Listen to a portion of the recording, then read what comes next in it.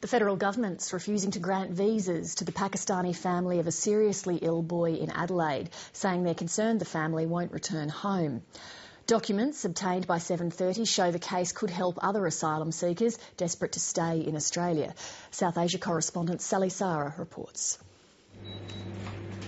Simon is the baby who never went home.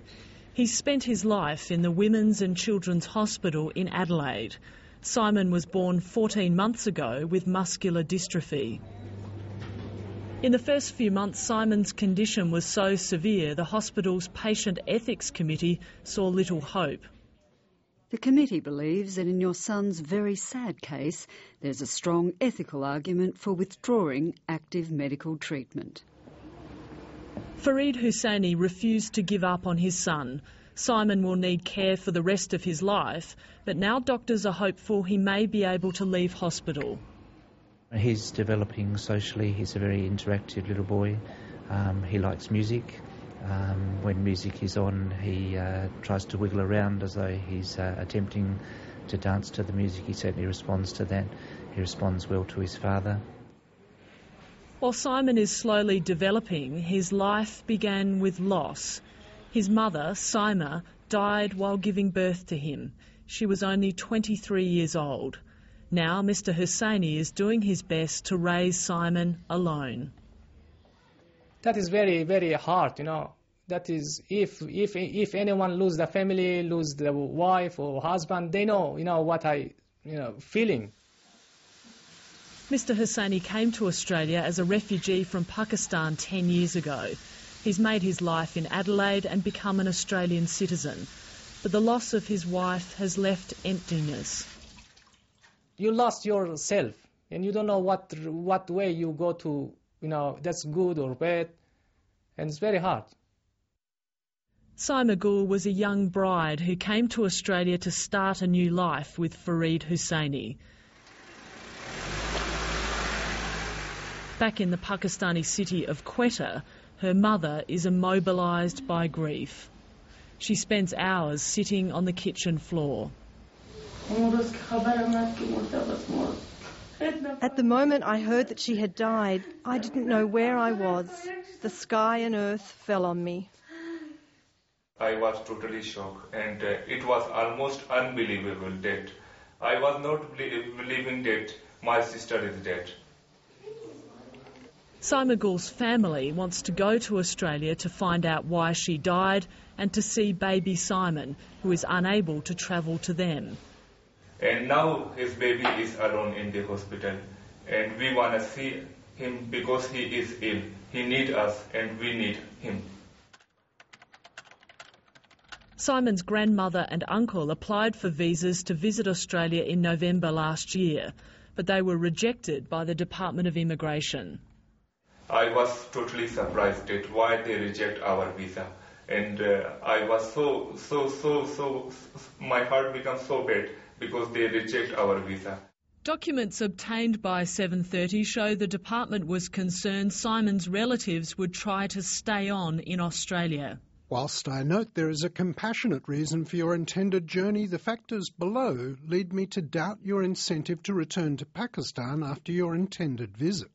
When the Department of Immigration and Citizenship considers any visa application, we take into account a number of considerations, including incentive to return, the financial circumstances of the applicant or applicants, whether there are any ties to family or relatives, and what the work situation might be for the applicant in terms of returning to employment.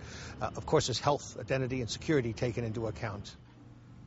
Human rights advocate and registered migration agent Marion LEIGH believes the decision is inhumane and tragic for Simon and his father.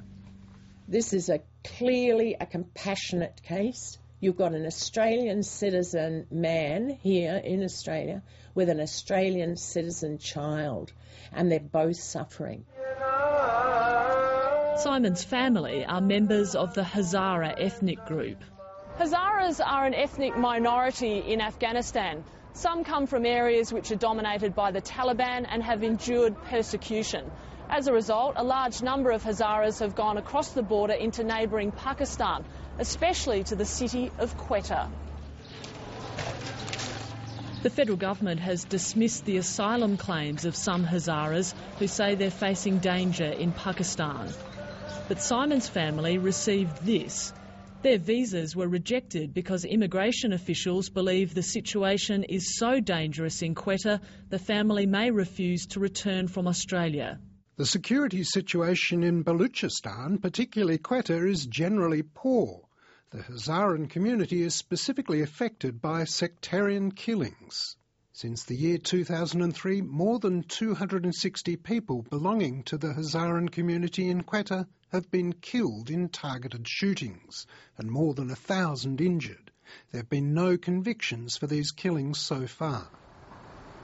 This remarkable assessment from the Department of Foreign Affairs is at odds with the government's own rejection of some Hazara asylum seekers. Well, I just find it extraordinary. It's almost like solid gold for refugee seekers here in Australia. Human rights advocate Marion Leigh believes this document will be invaluable in arguing the case for Hazaras seeking sanctuary in Australia. Oh, absolutely. I mean, I certainly will be using it as a quote, and I'll probably, yes. I mean, I think that it actually sums up in a very succinct manner the situation that is facing the Hazara people in Quetta. But Simon's relatives say they don't want asylum in Australia. They're just desperate to visit family. Now we want justice from Australian government that our family see the baby. The family has written to the Prime Minister and the Immigration Minister pleading for permission to visit Australia.